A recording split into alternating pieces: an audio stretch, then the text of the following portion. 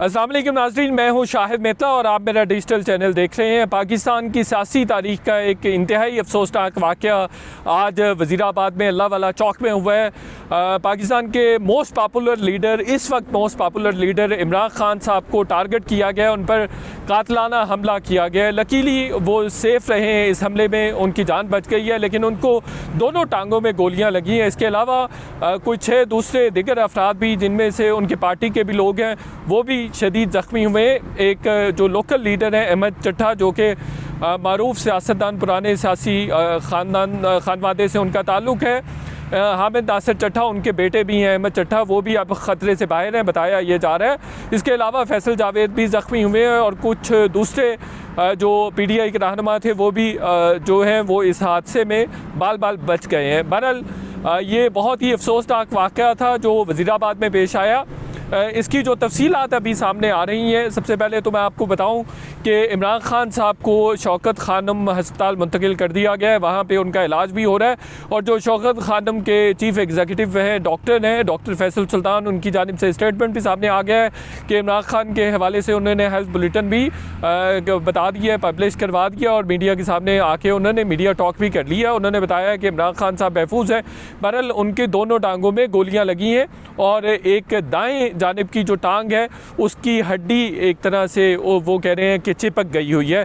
बहरहाल उनका BP और दूसरी जो चीज़ें हैं वो नॉर्मल हैं। बहरहाल एक कमेटी भी बना दी गई है डॉक्टर्स की, जो एग्जामिनेशन करेगी और मज़ीद जो इन्वेस्टिगेशन होगी इस सिलसिले में वो आवाम के सामने रख दी जाएंगी। उन्होंने कहा कि अभी वो आउट ऑफ डेंजर है, ऐसा घबराने की बात नहीं है। चूँकि जैसे ही इमरान खान साहब पर हमले की खबर आई तो पूरे पाकिस्तान में हंगामे फूट पड़े हैं, तमाम शहरों में हंगामे हो रहे हैं। पेशावर में जो PDI के कारकुनान हैं, PDI के लोग हैं, उन्होंने कोर कमांडर पेशावर के घर के बाहर एहतजाज करना शुरू कर दिया। इसी तरह से रवात, मरी और मुख्तलिफ़ जगहों पे हंगामे फूट पड़े हैं और लोग सड़कों पर एहतजाज का सिलसिला जारी है। PDI के लोग पूरे मुल्क में एहतजाज पे आ गए हुए हैं और उन्होंने रोड्स वगैरह भी ब्लॉक कर दिए हुए हैं। ये तो तमाम डिटेल्स थी उस हमले के हवाले से। कुछ और भी तफसीलात हैं जो सामने आ रही हैं। जो PDI के सीनियर रहनुमा हैं एजाज़ चौधरी, उनकी जानिब से भी एक ट्वीट सामने आया है। उन्होंने कहा है कि कल मैंने अहमद चट्टा को, जो कि आज के हमले में ज़ख्मी भी हुए हैं, उनको मैंने ये बता दिया था, कल इन्फॉर्म कर दिया था कि इमरान खान साहब पर गुजरांवाला में, वज़ीराबाद में और इस रीजन में हमला हो सकता है और इस हवाले से पुलिस को भी आगाह किया गया था, लेकिन शायद फिर भी कोई खातर खा इंतज़ाम नहीं किए गए थे जिसकी वजह से उन पर हमला हो गया। एक तरह से इसको सिक्योरिटी ब्रीच भी कहा जा सकता है। बहरहाल ये ज़हन में बात रहनी चाहिए कि वहाँ पर पंजाब में PDI की हुकूमत है और परवेज़ इलाही साहब वज़ीर आला हैं और परवेज़ इलाही साहब ही ज़िम्मेदार थे तमाम सिक्योरिटी के। तो ये बात भी अब सामने आई है कि उनके जो लीडर्स थे उनको पहले से मौजूद पता था कि कल इमरान खान साहब पर हमला हो जाएगा, हो सकता है। तो ये एक बड़ा ही स्टार्टलिंग रेवलेशन है जो कि PDI के सीनियर रहनुमा एजाज़ चौधरी की जानिब से सामने आया है।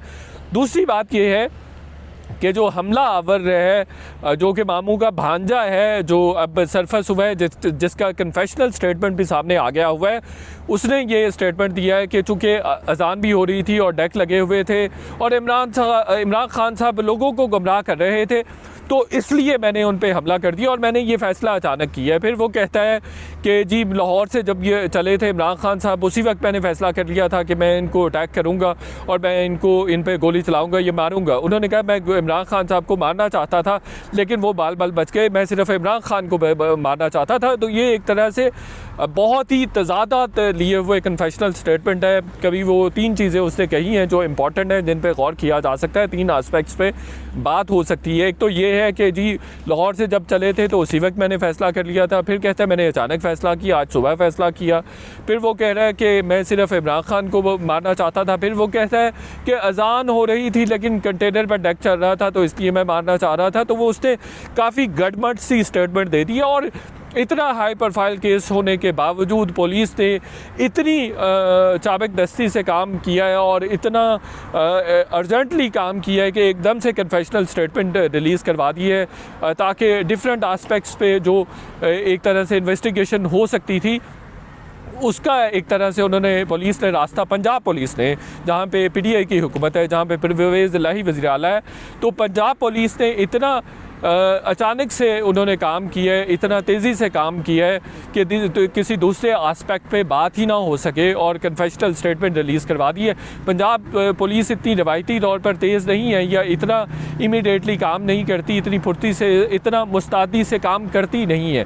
तो और फिर जो किलर है, जो जिसने असैसिनेशन अटैम्प्ट किया है इमरान खान साहब पे, वो बड़े आराम से, बड़े कैजुअल माहौल में बातचीत कर रहा है। उसको कोई ऐसा ना उस पर सख्ती की जा रही है, ना उसको कुछ और तरह से कोर्स करने की कोशिश की जा रही है।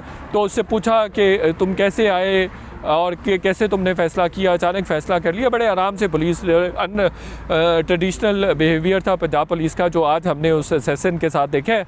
वो कह रहा है कि मैंने मामू के दुकान पे, मामू जो मेरे मोटरसाइकिल के मैकेनिक है, उनकी दुकान पे मैंने अपना मोटरसाइकिल खड़ा किया और फिर मैं इधर आ गया, पीटीआई के मजमे में आ गया, पीटीआई के लॉन्ग मार्च में आ गया मैं। तो ये उसने जी बताया है।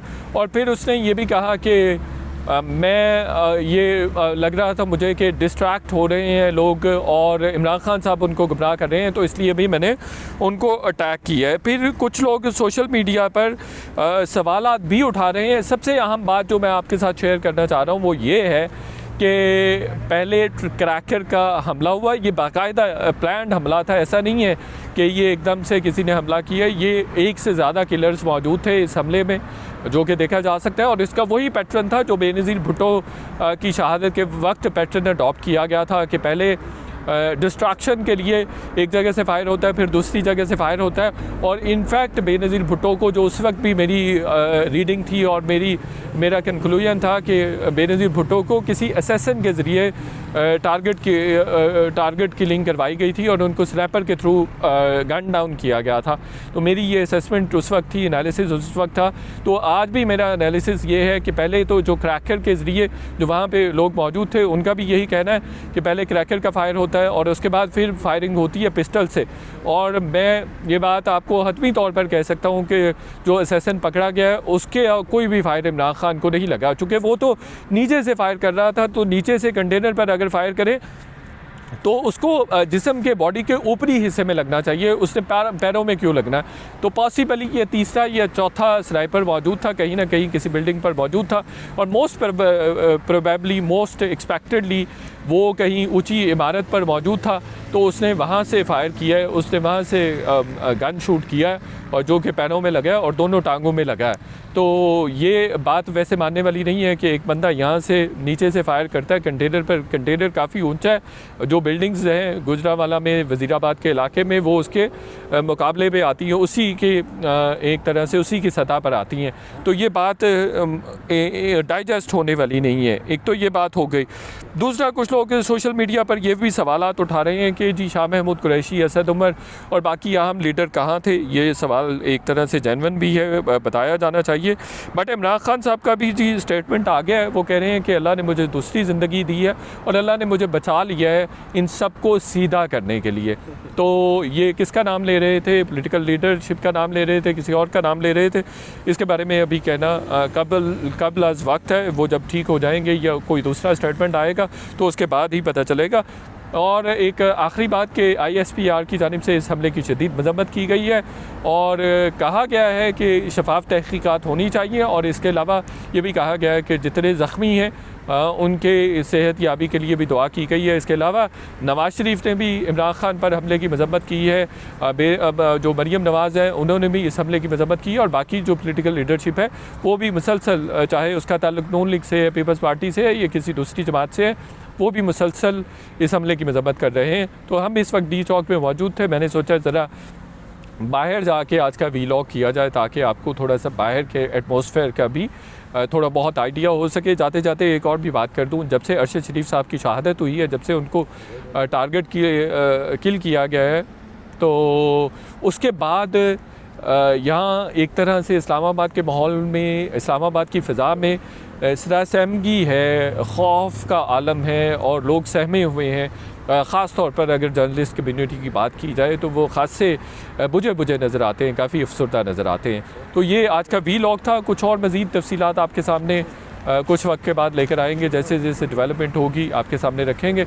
वीलॉग देखने का बहुत शुक्रिया। वीलॉग अगर आपको पसंद आए दोस्तों के साथ शेयर कीजिए और चैनल को सब्सक्राइब करना मत भूलिए। चैनल को ज़्यादा से ज़्यादा सब्सक्राइब कीजिए। Thank you.